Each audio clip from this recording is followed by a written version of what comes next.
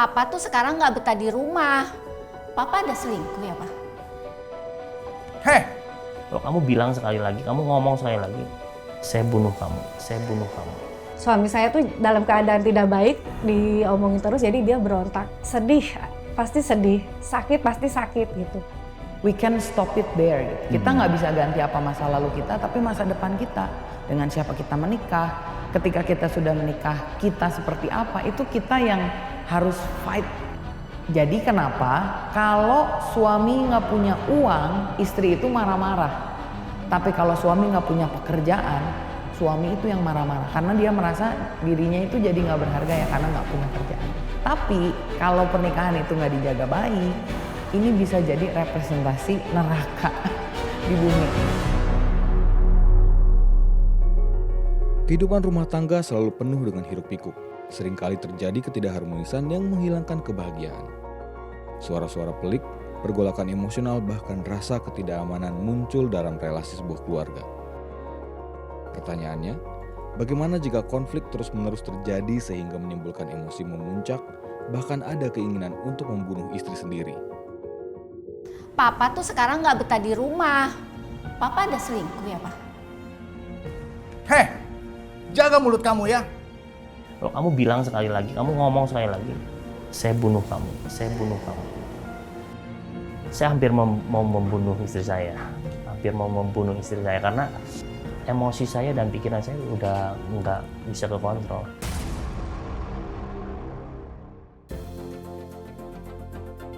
Ya bertemu dengan istri itu kita main bareng di suatu tempat dugem. Kemudian kita kenalan dan kemudian kita berjalan bareng 1,5 tahun berhubungan, kemudian kami memutuskan menikah. Dan setelah menikah, itu awal pernikahan tuh baik-baik saja gitu. Setelah beberapa bulan kemudian mulai terjadi perselisihan gitu, tidak sejalan gitu kan. Pak, aku mau keluar ya sama teman-teman. Memang kamu mau kemana? Sejak nikah sama Papa kan aku jarang ketemu teman-teman. Aku mau ketemu teman-teman lah, Pak. Gak bisa. Kenapa sih, Pak? Pokoknya gak bisa. Giliran Papa aja. Keluar seenaknya. Pulang 2 hari sehari. Yang tadinya mungkin saya bisa main keluar segala macam, tapi setelah menikah tuh saya nggak bisa gitu kan. Tapi suami saya yang bebas bisa bermain kemana saja gitu. Nah dari situ mulai terus hampir tiap hari berantem. Pernikahan kami pun pernikahan yang dipaksakan gitu kan. Karena mungkin waktu itu suami saya pun lagi kena permasalahan juga. Karena saya cinta sama suami saya, jadi saya ikutin gitu kan. Udah menikah gitu. Tapi kita tidak memikirkan tentang akan perbedaan gitu kan. Saya nggak mau ada gangguan tentang barang kita di luar sana. Dan semua permainan-permainan yang punya kita, saya nggak mau dengar ada keluhan lain. Tenang, pasti semuanya terkendali. Yang megang orang-orang terpercaya, bos. Pokoknya bos tenang aja. Saya masih menjalani bisnis judi dan juga bisnis narkoba. Pekerjaan saya itu malam. Pekerjaan saya itu saya lakukan malam. Istri saya sering ngomong, kamu selingkuh ya, kamu ada main sama cewek di luar ya. Heh, jaga mulut kamu ya. Ketika itu disinggung terus oleh istri saya, itu membuat saya emosi banget. Dia pukul saya, tampar saya, menyekik saya ke tembok, memparang saya, dan itu tuh terjadi beberapa tahun terus terjadi terus. Sedih, pasti sedih, sakit pasti sakit gitu. Hari itu saya pergi dari rumah. Saya pergi dari rumah, saya ke rumah teman, saya memakai lagi narkoba di rumah teman.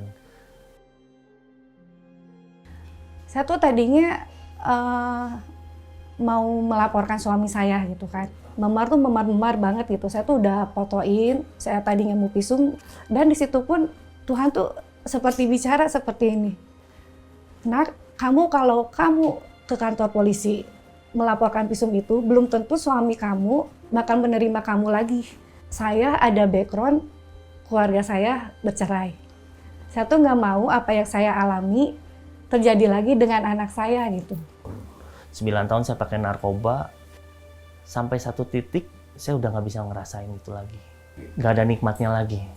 Saya jenuh dengan semua keadaan dan kehidupan saya sudah berapa kali ingin bunuh diri sebenarnya. Dulu ketika saya masih kecil, sering dibawa sama mama untuk ikut acara retreat gereja. Ketika waktu itu ada yang namanya Tuhan Yesus. Sejujurnya saya nggak kenal waktu itu sama Tuhan Yesus. Pernah dengar saja.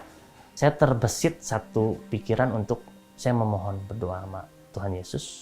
Kemudian saya doa dan itu tidak terjadi apa-apa sebenarnya. Tidak terjadi ketika saya berdoa dan memohon pengharapan itu sama Tuhan. Hari itu nggak terjadi apa-apa. 3 hari kemudian sebenarnya ada yang telepon ke saya. Nah ini beberapa bandar yang Menurut info yang beredar, semua bandar-bandar itu mulai tertangkap, Bos. saya berhenti narkoba di satu sisi karena bandar-bandar saya tertangkap semua, dan juga di satu sisi saya mencoba narkoba itu udah nggak kerasa apa-apa, udah nggak enak sama sekali. Jadi saya memutuskan untuk oke, ini finally saya beresin semuanya di hari ini juga. Dari situ saya memutuskan untuk oke, saya berhenti. Dari itu berhenti total langsung. Dengan nggak ada efek sakit badan, terus sugesti, yang namanya sakau atau misalkan apapun nggak ada. Berlanjut itu yang ajaib itu ketika seminggu kemudian itu istri saya bilang gini, "Pak, minggu ini kita ke gereja." Inilah beritaku kepadamu, kasihlah seorang akan yang lain. Jadi dari firman ini Tuhan mengatakan bahwa kita saling mengasihi sesama. Saya masuk ke tempat ibadah itu saya merasakan sukacita yang luar biasa. Saya merasakan sebuah sinar kemuliaan itu tertuju sama saya aja hari itu, malam itu. Dan waktu itu ketika hadirat itu menguasai hidup saya, refresh semuanya, dan itu merestart semua kehidupan saya, membersihkan semua kehidupan saya. Maafin saya, selama ini mungkin saya udah banyak berbuat yang tidak baik dalam kehidupan kamu. Kita saling memaafkan, kita mulai lagi hidup yang baru. Ke istri juga waktu itu saya membasuh kakinya dia dan membasuh kakinya anak. Ini perubahannya tuh benar-benar yang berubah gitu. Tuhan tuh seperti membalikan tuh benar-benar 100 derajat tuh benar-benar gitu. Jadi lebih banyak kasihnya gitu. Tuhan itu sanggup menolong kita karena dalam firman-Nya tertulis bahwa Tuhan datang ke dunia bukan untuk orang yang baik, tapi untuk yang berdosa seperti saya. Saya berkomitmen, saya tidak akan melakukan semua yang pernah saya lakukan di masa lalu.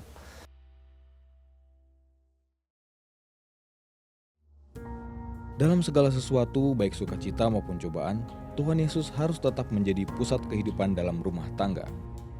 Sehingga kita harus selalu melibatkan Tuhan dalam setiap keputusan yang diambil. Saya yakin setiap rumah tangga memiliki kisah uniknya sendiri. Sama seperti sahabat kita kali ini, akan berbagi cerita bagaimana dia melewati hiruk pikuk dalam kehidupan rumah tangga dan bagaimana dia menciptakan lingkungan yang sehat untuk keluarganya.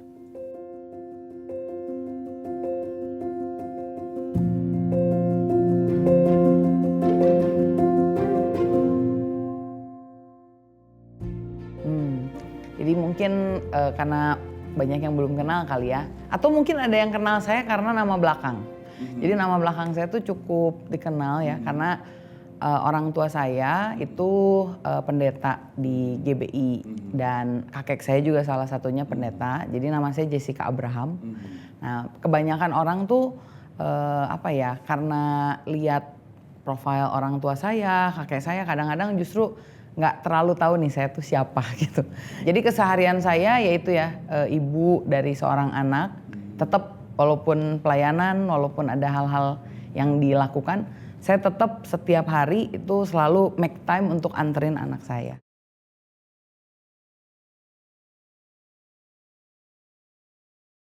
Ya, jadi sebetulnya kalau dalam pelayanan saya dimulai itu dari pelayanan anak muda ya. Jadi yang SMP, SMA, kuliah. Dan ada satu fenomena yang saya coba gali ya dan temukan. Ini anak-anak yang mohon maaf kayak punya masalah yang agak berat gitu ya. Kenapa ketika diselidiki selalu it goes back to the family. Selalu ada something dengan keluarganya. Mungkin ada orang yang bercerai ya, ketika ditanya ternyata ada kekecewaan dengan papanya atau mamahnya, ada kekecewaan di rumah. Bahkan gak jarang pernikahan itu jadi scapegoat ya, jadi kayak buat escape ya. Jadi pokoknya karena saya gak betah di rumah, saya mau menikah aja nih. Nah, dan itu gak menyelesaikan permasalahan sama sekali. Ketika mereka melakukan itu punya anak ya, dipikir oh kalau ada anak saya bisa fulfilled gitu, merasa penuh. Tapi ternyata punya anak nggak segampang itu, Ferguson ya. Dan ini yang saya lihat ketika saya melayani anak-anak muda, kayaknya ini titik permasalahannya yang harus diperbaiki itu adalah pernikahan. Dan saya percaya gini sih, pernikahan orang tua kita bisa rusak, tapi it doesn't mean pernikahan kita itu bisa rusak juga. We can stop it there gitu. Kita nggak bisa ganti apa masa lalu kita, tapi masa depan kita. Dengan siapa kita menikah, ketika kita sudah menikah, kita seperti apa, itu kita yang harus fight on our own gitu. Makanya bukan, oh karena gue nih keluarga broken home, pasti gue broken home. Nggak bisa. Saya punya keputusan sendiri, saya bersama Tuhan tentunya ya, bisa menulis sejarah yang baru di dalam keluarga saya. Yang saya lihat pernikahan itu kalau dibina dengan baik, dibawa di hadapan Tuhan, itu bisa menjadi representasi surga di bumi. Tapi kalau pernikahan itu nggak dijaga baik, ini bisa jadi representasi neraka di bumi. Nah ini yang soal karakter ya. Mengubah penampilan itu jauh lebih mudah daripada mengubah karakter. Kalau mungkin ada orang yang penampilannya kurang oke ya, kita bisa kasih skincare, kita bawa ke salon, kita permak, ya, makeover, itu semua kita bisa lakukan. Lebih mudah daripada kalau orangnya nggak sabar, kalau orangnya suka pukul.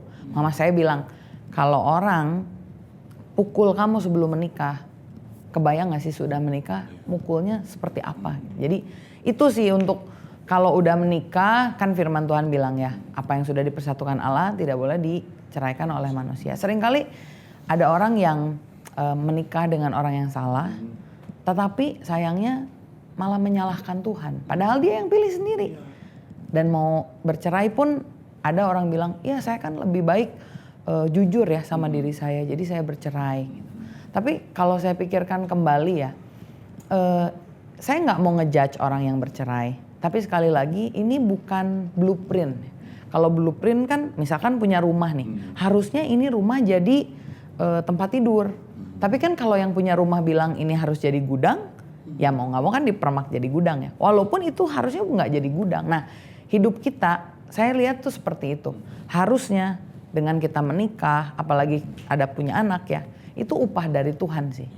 Tapi ketika pernikahannya nggak berjalan sesuai dengan yang kita mau, seringkali kita menyalahkan Tuhan atau kita pakai berbagai alasan ya.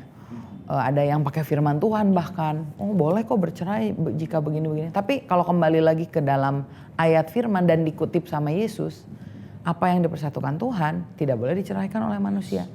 Kita ini juga manusia, pasangan kita itu manusia. Kadang kita kan manusia memutuskan sendiri kan bercerai. Jadi kalau saya lihat prinsipnya itu, apa yang dipersatukan Tuhan tidak boleh diceraikan oleh manusia.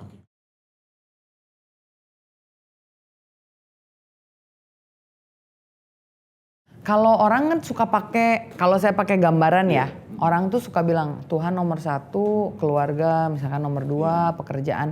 Tapi saya lihat tuh sebetulnya kalau kita ngomong Jesus is at the center, berarti kan Tuhan itu di tengah ya, dan yang lain tuh mengelilingi Tuhan ya. Jadi kalau kita lihat dalam keluarga sekalipun, kita tanya dari kacamatanya Tuhan, kalau kita memang mengutamakan Tuhan dalam hidup kita, bagaimana ya kira-kira Tuhan itu memperlakukan suami saya? Tuhan itu memperlakukan istri saya itu seperti apa? Jadi saya pakai kacamatanya seperti itu. Ada satu pertanyaan dulu suka ditanyain ya, what would Jesus do? Apa yang akan Yesus lakukan? Kira-kira saya tahu Yesus tidak menikah ya. Tapi kira-kira kalau Yesus menikah nih, dia sama istrinya tuh bakal gimana ya? Pasti baik banget. Orang sama yang gak menikah aja dia baik banget kan? Kalau Yesus ini misalkan punya anak nih, saya tahu Yesus gak punya anak ya. Tapi kalau dia punya anak, kira-kira dia itu akan gimana ya sama anaknya? Pasti baik banget, pasti mengasihi, pasti memperhatikan ya. Jadi saya pikir ketika ditanya gitu ya, Yesus itu di sebelah mana? Yesus itu terserap di seluruh apa yang kita lakukan.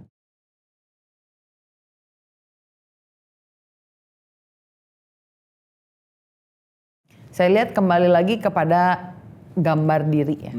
Jadi kalau ada konflik di dalam keluarga, kalau kedua belah pihak ini punya gambar diri yang utuh, konflik itu bisa diatasi. Sekali lagi, berantem itu bagus kalau ada tujuannya. Jadi saling mengenal. Saya melihat kalau anak zaman sekarang tuh punya istilah soulmate ya. You are my soulmate. Bahkan ada lagunya kan, separuh jiwaku pergi gitu kan. Itu konsep, bukan konsep Alkitab. Seakan-akan kalau kita belum menikah, kita ini belum utuh, setengah. Dan yang bisa memenuhkan kita adalah setengah yang lain. Padahal firman Tuhan bilang, semua yang diciptakan Tuhan itu baik. Semua itu Tuhan bilang kan, engkau kuciptakan berharga. Engkau lah, bukan dirimu dan dirinya yang berharga ya, tapi dirimu yang berharga.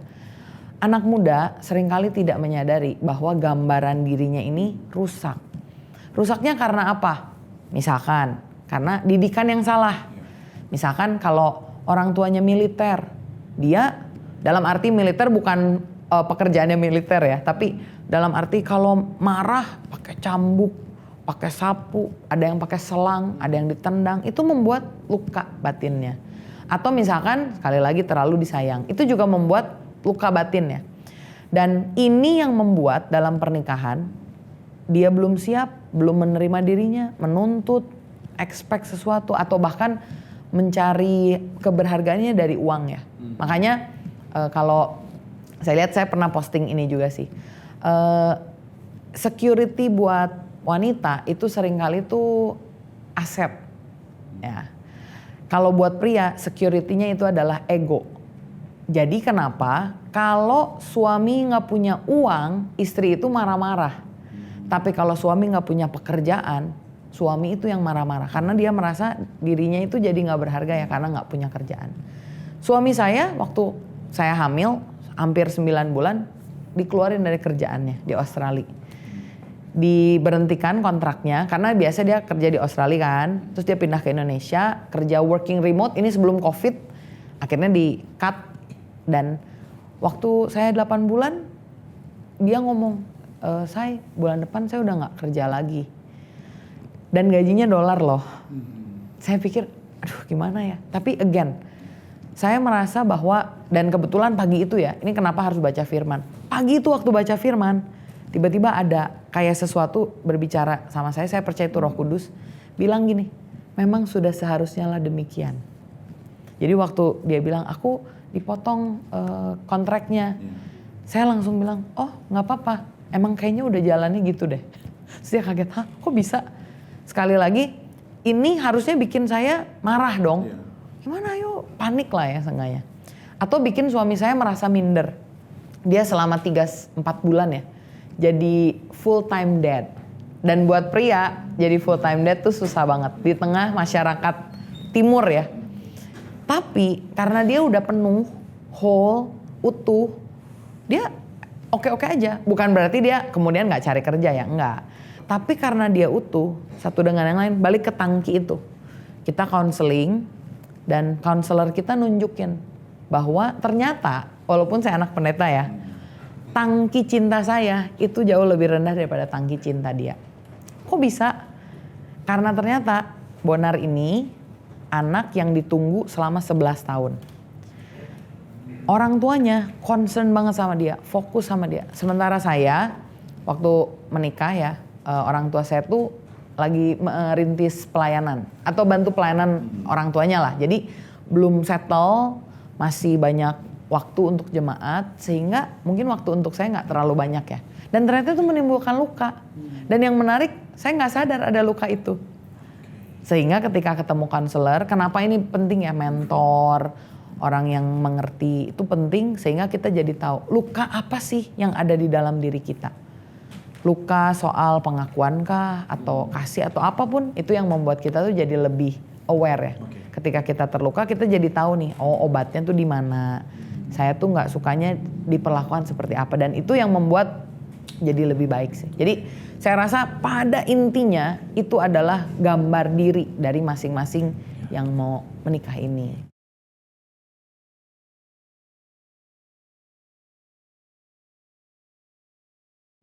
Kalau nilai itu kita kembali lagi, sebenarnya ini kayak apa ya, sesuatu hal yang gampang-gampang susah ya.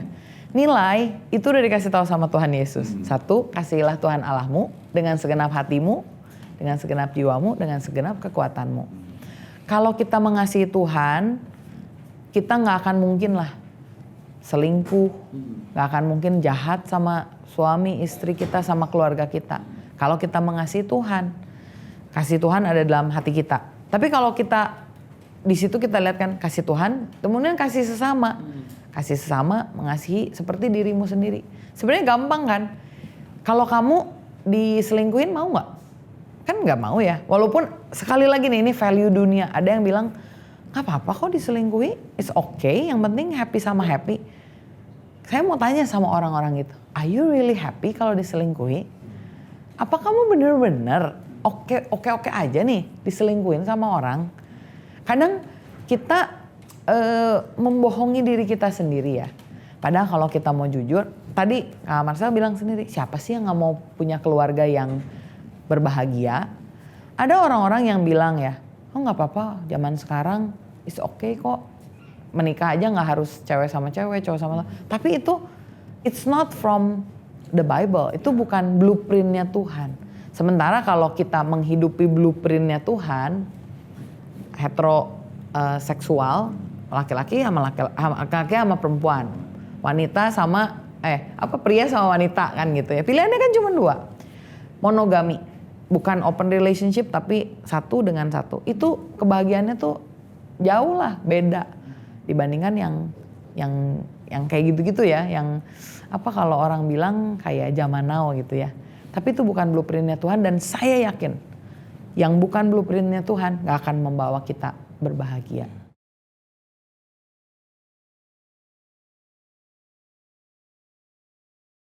Ya, yang pertama kalau untuk on track kita harus tahu ya jalannya Tuhan itu seperti apa yang Tuhan mau dalam kehidupan kita.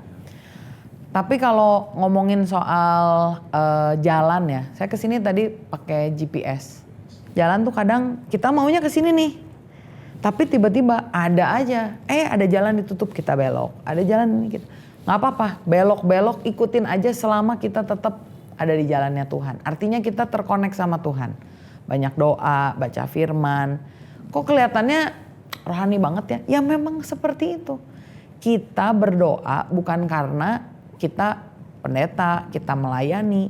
Kita baca firman bukan karena kita mau khotbah ya, atau karena kita pekerjaannya memang pendeta, bukan. Kita berdoa, kita baca firman karena kita mengasihi Tuhan. Itu jadi saya kasih penekanan banget ya. Jangan pernah pikir pernikahan ini adalah pekerjaan kita. Tapi pernikahan adalah karyanya Tuhan. Jadi setiap kali apa yang kita lakukan kita harus bawa Tuhan. Dengerin firman, doa, ketemu mentor-mentor, spiritual people ya. Saya sama suami suka ngajakin yang menikah lama untuk makan dinner bareng. Yang kita tanya, Om Tante kok menikahnya bisa lama? Apa tipsnya gitu kan. Dan itu yang membuat kita tetap bisa stay on track di jalannya Tuhan. Dan percaya ini, Tuhan juga rindu kok untuk kita punya keluarga yang harmonis, keluarga yang rukun, keluarga yang berbahagia. Jadi jangan pernah pikir it's your own battle. Karena Tuhan juga mau terlibat. Karena dikasih tahu kan, tali 2 utas itu gampang putus. Tapi kalau 3 utas lebih kuat ya.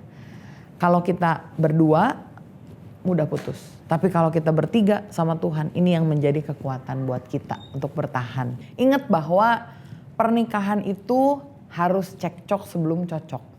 Tapi dalam cekcok ini, mari kita sama-sama untuk mempelajari sesuatu yang lebih. Saya percaya tidak ada yang kebetulan. Kalaupun seandainya pun ya ada teman-teman di sini yang menikah karena dalam tanda kutip kecelakaan. Tapi dalam Tuhan itu tidak ada kecelakaan. Semua yang Tuhan izinkan terjadi itu membawa kebaikan bagi kita. Dan ini tinggal gimana kita meresponinya aja. Saya juga tahu bahwa dalam pernikahan masalah itu ada. Dan untuk mengubah orang itu susah.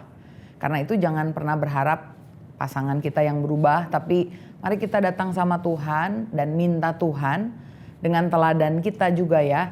Minta Tuhan yang mengubahkan hatinya dia. Dan saya percaya, benar saya sungguh percaya bahwa tidak ada yang tidak mungkin. Semuanya mungkin, bahkan pasti kalau kita datang sama Tuhan, minta keluarga kita dijaga sehingga benar-benar setiap dari kita ini mengalami kehidupan yang luar biasa, fulfilled ya.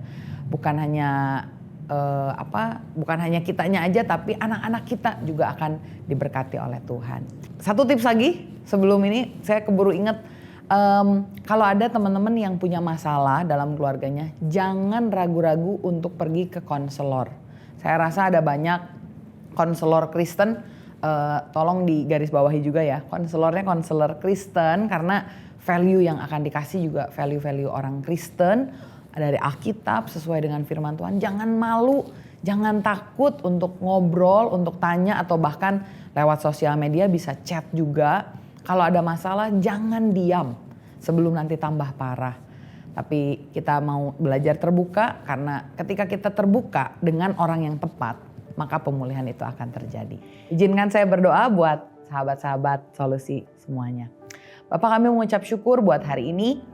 Kami percaya Tuhan, ketika kami mendengar video ini, percakapan kami, ini bukan sebuah kebetulan. Tapi sebuah cara yang Tuhan gunakan untuk memberkati setiap keluarga yang ada. Kami tahu Tuhan, keluarga adalah rancangan-Mu, keluarga adalah ide-Mu, dan kami tahu iblis tidak suka Tuhan. Karena itu biarkan ya Bapa, Engkau yang menolong kami, menjaga kami untuk bisa bekerja sama dengan Roh Kudus, bekerja sama suami dengan istri untuk menjadi keluarga yang solid. Karena kami yakin Tuhan, ketika kami memiliki keluarga yang menyenangkan Engkau, maka anak cucu kami akan diberkati, akan berjalan di dalam jalannya Tuhan, akan menjadi keturunan-keturunan ilahi. Hamba-Mu berdoa Tuhan, kalau ada hati yang keras, Engkau yang ubahkan. Kalau ada hal-hal yang kami anggap tidak bisa, biarkan kami melihat bahwa Allah adalah Allah yang dahsyat, Allah yang melakukan mujizat, Allah yang membuka jalan. Sehingga kalau ada masalah, biarkan masalah ini mendekatkan justru suami istri. Masalah finansial, masalah apapun Tuhan. Biarkan mereka bisa bersatu hati untuk meminta mujizat Tuhan. Hamba-Mu berdoa Tuhan, juga terutama untuk teman-teman kami yang mungkin belum menikah. Biarkan mereka juga hidup dalam kekudusan Tuhan, mempersiapkan waktu dan diri dengan baik sehingga nanti ketika sudah siap waktunya mereka dipertemukan dengan orang yang tepat. Untuk anak-anak kami, saat kami juga parenting Tuhan, menjadi orang tua dalam hidup mereka, Engkau yang memberikan kami hikmat. Dan kami serahkan Tuhan seluruh doa ini ke dalam tangan-Mu. Kami percaya mujizat, pemulihan, kekuatan, kuasa, itu akan diberikan kepada orang-orang percaya, kepada orang-orang yang menerima Tuhan Yesus sebagai Tuhan dan Juru Selamat, kepada orang-orang yang diberkati, memiliki Roh Kudus dalam hidupnya. Terima kasih Tuhan, kami serahkan semuanya ke dalam tangan-Mu, hanya di dalam nama Tuhan Yesus Kristus. Haleluya. Amin.